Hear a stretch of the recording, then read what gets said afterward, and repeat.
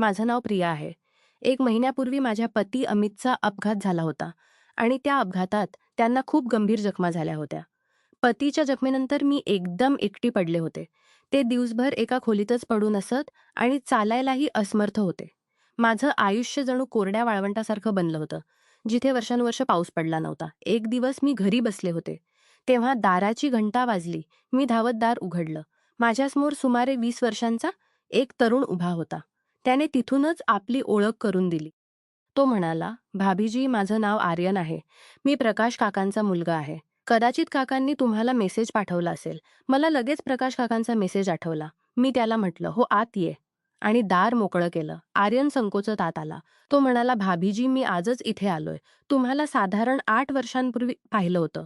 तेव्हा मी शाळेत होतो. तुमच्या लग्नाचं कार्ड आमच्या घरी आलं होतं. माझ्या हायस्कूलच्या परीक्षेत होतो म्हणून तुमच्या लग्नाला येऊ शकलो नाही. मी इथे कॉलेजच्या अभ्यासासाठी आलोय. आणि हे घ्या, काकांनी हे सामान तुमच्यासाठी पाठवलं आहे." असं म्हणून त्याने मला एक बॅग दिली. बॅगमधून बागेतील ताजी फळं, भाज्या आणि लोणच्याची सुवास येत होती. मी खूप आनंदाने आभार मानून बॅग घेतली आणि त्याला चहा नाश्ता दिला. या दरम्यान मी ठामपणे म्हटलं, "तू इथेच राहा. मी तुझ्या काकांना सांगितलंय की तुला सगळं तयार मिळेल. तू फक्त तुझ्या अभ्यासाकडे लक्ष दे." आर्यन हे ऐकून लगेच मान्य झाला. जणू हीच गोष्ट ऐकायला तो उत्सुक होता. तो उठला आणि बाहेर ठेवलेला सामान झटपट आत आणला. त्या दिवसभर आर्यन आपली खोली व्यवस्थित करत राहिला. थोड्याच वेळात त्याला इथे आपलेपणा वाटू लागला होता. पण त्याचं मन इतकं लवकर इथे लागेल असं मी विचारलंही नव्हतं. दुसऱ्या दिवशी मी आर्यनला माझ्या पती अमितशी ओळख करून दिली. आर्यन आश्चर्यचकित झाला. त्याला असं वाटलं की कमाल आहे. काल दुपारपासून रात्रीपर्यंत यांची आवाजही ऐकू आली नाही. या घरात भाभीशिवाय दुसरा माणूसही राहतो हे मला जाणवलंही नाही. मी आर्यनच्या विचारांत सावध करताना म्हटलं, "खरं तर यांचा एक गंभीर अपघात झाला होता आणि तेव्हापासून हे बेडवरच पडून असतात. दिवसभर झोपतात आणि रात्री जागे असतात. पण काल कदाचित जास्त औषधांमुळे दिवसभर आणि रात्री झोपलेच होते. दिवस असेच जात होते." आर्यन आल्यामुळे मी खूप आनंदी होते. 2 जणांच्या सुटका आणि माझी खूप काळजी घेऊ लागली होती. आर्यन स्वभावाचा चांगला होता आणि माझी खूप काळजी घेऊ लागला होता. एक दिवस मी स्वयंपाकघरात काम करत होते आणि गाणी गुणगुणत होते. तेव्हा आर्यन स्वयंपाकघरात येऊन माझा हातभार लावू लागला. मी हसत म्हटलं, "आर्यन, तू अजून लहान आहेस. तुझं काम आहे शिकणं आणि फक्त शिकणं. तू हे काम करू नकोस." उत्तर म्हणून तो म्हणाला, "हो भाभी, शिकणं माझं काम नक्कीच आहे. पण मी इतकाही लहान नाही. मी पूर्ण 20 वर्षांचा आहे." मी आश्चर्याने आर्यनकडे पाहिलं तर तो म्हणाला, "हो भाभी, मी आता कॉलेजमध्ये शिकतो. आता मी लहान मुलगा राहिलो नाही." हे ऐकून मी पूर्ण शांत झाले. एक दिवस बोलता बोलता आर्यन मला माझ्या पती अमितबद्दल विचारू लागला की त्यांना काय झालं होतं. हा अपघात कधी आणि कसा झाला. मी उदास होऊन म्हटलं, "आधी ते पूर्ण फिट होते आणि आमचा सगळा व्यवसाय ते एकटेच पाहत होते. सगळं चांगलं चाललं होतं आणि आम्ही हसत खेळत एकत्र राहत होतो. मग एक दिवस असं घडलं की जेव्हा ते कारखान्यातून घरी परतत होते, तेव्हा वाटेत त्यांचा अपघात झाला. त्या अपघातानंतर आमचं आयुष्य आणि घराची परिस्थिती दोन्ही बदलली. त्यांच्या पायाला खूप जखमा झाल्या होत्या. सगळा इलाज करून घेतला आहे. पण अजूनही ते नीट चालू शकत नाहीत. सध्या त्यांना 2 पावलं चालायलाही पूर्ण 10 मिनिटं लागतात. म्हणून ते बहुतेक वेळा आपल्या खोलीतच राहतात. आठवड्यात 3 दिवस फिजिओथेरपी करायला येतो आणि बाकी वेळ ते सिनेमे पाहतात आणि पुस्तकं वाचतात. डॉक्टर म्हणतात वेळ लागेल पण हळूहळू ते बरे होतील आणि आरामात चालू लागतील." आर्यनने हे ऐकून त्यांच्याकडे पाहिलं.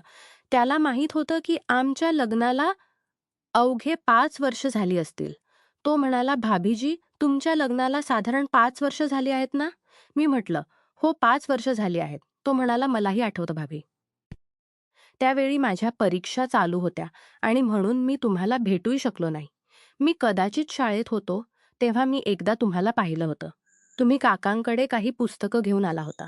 मी म्हटलं, "हो, हो. तेव्हा तुझे काका माझे गणिताचे शिक्षक होते आणि मी त्यांना पुस्तकं परत करायला आले होते. कारण त्यानंतर मी दुसऱ्या शाळेत जाऊ लागले होते. दिवस जात राहिले आणि आर्यनला आमच्या इथे राहत 4 महिने झाले होते." आर्यन किशोरावस्थेतून प्रौढतेच्या वाटेवर चालला होता. पण त्याला हे स्पष्ट कळलं होतं की आम्ही दोघं पती-पत्नीच्या शांत आयुष्यात फिजिओथेरपिस्टशिवाय तोच थोडंफार संगीत आणि ताल निर्माण करत होता.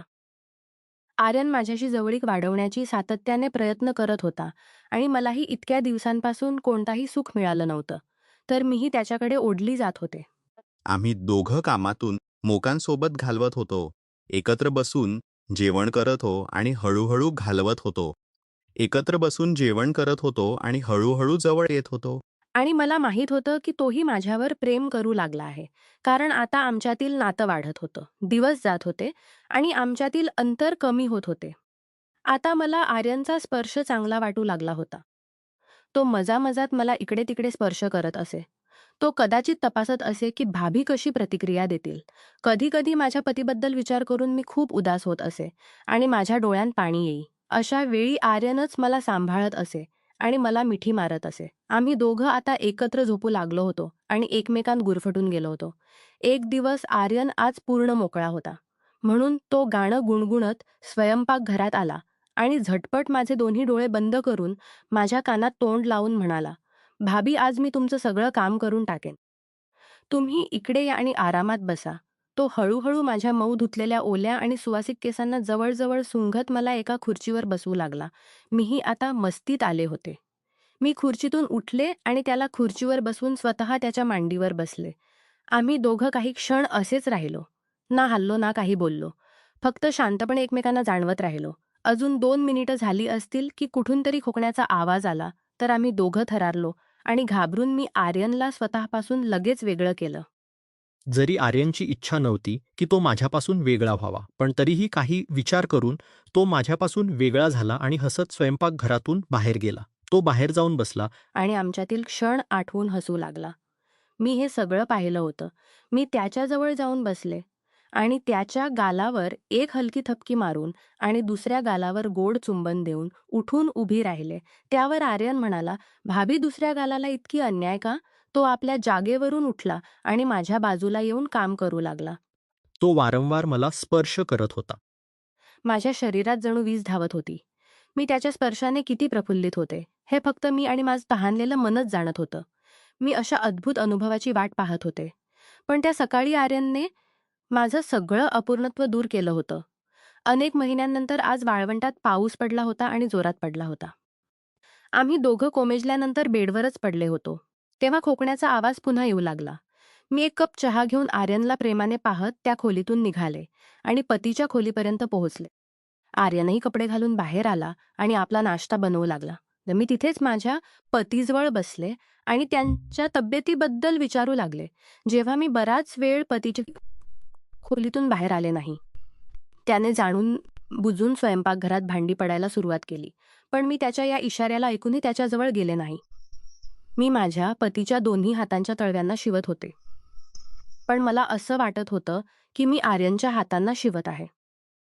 मी आर्यनसोबत घालवलेल्या क्षणात हरवत चालले होते आणि स्वतःशी बोलत होते की प्रेम आपल्या आयुष्यात अगदी असेच यावं. एखाद्या उन्मुख झऱ्यासारखं माझ्या आत गुदगुदीसारखं पसरत होतं.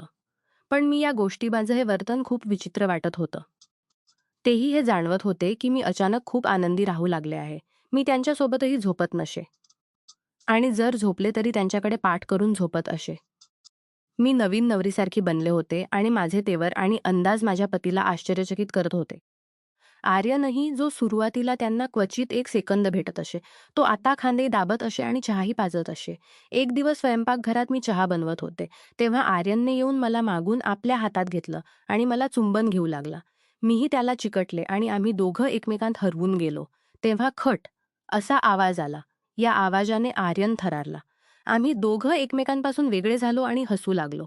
आर्यनचं प्रेम मिळाल्याने मी खूप आनंदी होते. आधी मला माझं आयुष्य एक ओझंसारखं वाटत होतं. आज तेच आयुष्य मला फुलासारखं, ढगांसारखं आणि कापसाच्या गोळ्यासारखं वाटत होतं. मी आर्यन इथे येण्याला निसर्गाच्या एखाद्या चमत्कारासारखं मानून घेतलं होतं. आर्यनला इथे येऊन 1 वर्ष पूर्ण होत आलं होतं आणि मी त्याला भेटून निखळले होते. आता आमचं पूर्ण आयुष्य मस्तीने भरून गेलं होतं. पण हळूहळू अमितला कळू लागलं की घरात काहीतरी चुकीचं चाललं आहे. त्यांनी आर्यनला आणि मला थेट बोलून दाखवलं. घरात गोंधळ माजला. आर्यनला आपली चूक तीव्रतेने जाणवली. त्याने लगेच घरातून निघून जाण्याचा निर्णय घेतला आणि दुसऱ्या शहरात कॉलेज बदललं. अमितची तब्येत आणखी बिघडली. मी आणि अमित यांना खूप वेदना झाली. मी स्वतःच्या चुकीमुळे सतत पश्चात्ताप करत होते. कालांतराने अमित हळूहळू बरे होऊ लागले, पण आमच्यातील विश्वास परत आला नाही. आर्यननेही आपली चूक मान्य केली आणि दूर राहून आपलं आयुष्य सुरू केलं. या घटनेतून मला खूप उशिरा कळलं की क्षणिक सुखांसाठी नातेसंबंधांना धोका देणं किती चुकीचं आणि घातक आहे. विश्वास, प्रामाणिकपणा आणि जबाबदारी हेच खरे प्रेमाचे आधार आहेत. कोणत्याही परिस्थितीत दुसऱ्याच्या भावांचा आणि कर्तव्याचा विचार करणं आवश्यक आहे. नमस्कार मित्रांनो, तुम्हाला ही कथा आवडली असेल तर चॅनेलला सबस्क्राईब करायला विसरू नका. आणि यापेक्षाही अधिक रंजक व्हिडिओ पाहण्यासाठी माझ्या चॅनेलवर नुकताच अपलोड केलेला नवीन व्हिडिओ नक्की पहा. तो तुम्हाला खूप आवडेल, अशी मला आशा आहे.